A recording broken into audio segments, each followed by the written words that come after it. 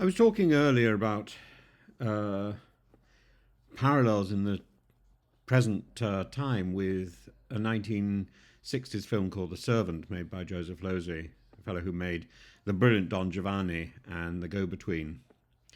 And and then suddenly I sort of turned the page and I think I've got to talk about Dominic Cummings. Here again is another person who has somehow reversed the role of master and servant, and in a much tighter uh, representation of that film.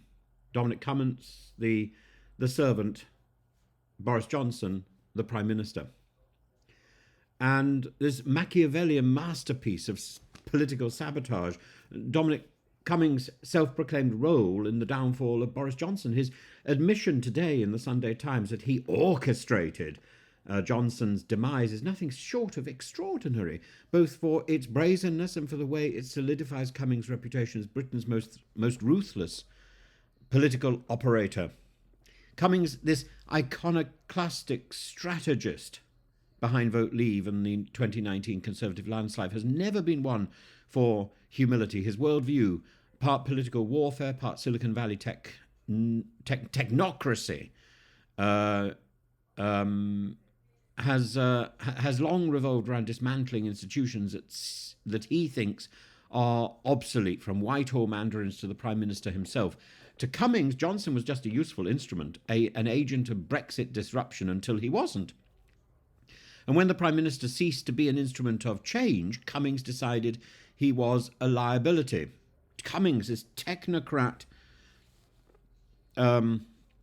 who became an assassin.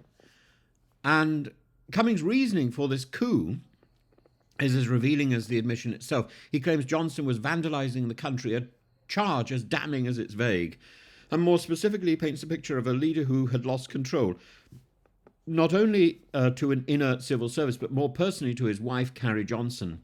And in Cummings' view, Number 10 had become a court ruled by Princess Nutnuts and her clique, rather than the disciplined, data-driven war room that he had envisaged. And the betrayal was swift and strategic. It was Cummings who fed the press the ammunition that would lead to the infamous Partygate scandal. The slow drip campaign of leaks, of whispers and strategic nudges to journalists ensured that Johnson, already weakened by missteps during the pandemic, would be caught in a spiralling scandal that shattered his legitimacy. The very architect of Johnson's populist rise became the engineer of his downfall. Was it revenge? Is this a sort of Iago scenario? Certainly, Cummings had been ousted in the late 2020s, in 2020 itself, after a brutal power struggle, partly driven by Carrie Johnson's growing influence, and his departure, marked by his symbolic exit from Downing Street, clutching a cardboard box, was hardly the end of his influence. But Cummings frames it differently. He argues that it was not about personal retribution, but a duty. He had helped put Johnson in power, and therefore he had a responsibility to remove him when things went awry. In his words, if you put someone in and they start vandalising the country, well, you've obviously got a responsibility to do something about it. I must say, I'm inclined to agree with him. But it's an astonishing admission. And it's a rationale that neatly absolves Cummings of any blame for the subsequent chaos. Yet it also reveals the dangerous logic of political operatives who see themselves as grand strategists rather than public servants, and the power to elevate and to destroy is wielded as if it were a game of chess, with the country as collateral. Beyond Johnson, Cummings' latest public musings confirm his enduring obsession, dismantling Britain's bureaucratic elite. In this, I must say, he and I share a lot of common ground, but I think our respective approaches would be different. He sees Whitehall as a bloated, self-serving and ineffective institution, a far cry from what he imagines as the streamlined, meritocratic government of yore, and I agree. His reading of British history is fascinating.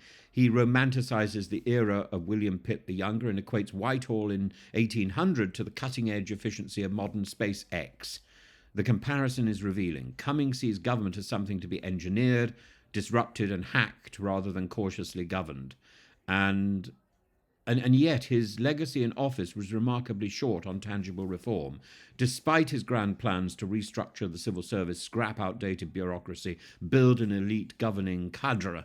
He left behind little more than scorched earth. His own tenure in Number 10 was defined more by conflict, internal and external, than by lasting institutional change. So what next for Dominic Cummings? His fingerprints are everywhere in the current political climate. Labour ministers, once his sworn enemies, are now murmuring that Cummings was right, particularly about the failures of Whitehall. Meanwhile, his ideological heirs lurk in the insurgent Reform UK, which threatens to overtake the Tories. Cummings claims he has no interest in returning to Westminster politics, preferring instead to mentor disruptors from the shadows, but history suggests that figures like him never truly fade away. His recent praise for the Trump-Musk axis in the US signals his belief that real political transformation comes not from party politics, but from outsiders storming the citadel. Could it be that he is the man to engineer such a movement in Britain? Cummings' admission cements his place in political history, in British political history, as the ultimate operator. Part kingmaker, part executioner, and his audacity in orchestrating Johnson's demise is a reminder of the ruthless pragmatism that defines modern power struggles. In his own mind, he is a necessary disruptor, a Bismarckian strategist cutting through the mediocrity of the political class. To his critics, he's a nihilistic arsonist, setting fires without any real plan to rebuild afterwards. Either way, his words this weekend serve as a warning. Never assume the real power lies in the hands of the person in the spotlight. Look to the person behind the throne. Often it's the man in the beanie hat and the noise-cancelling headphones sitting quietly in the corner, already plotting the next move.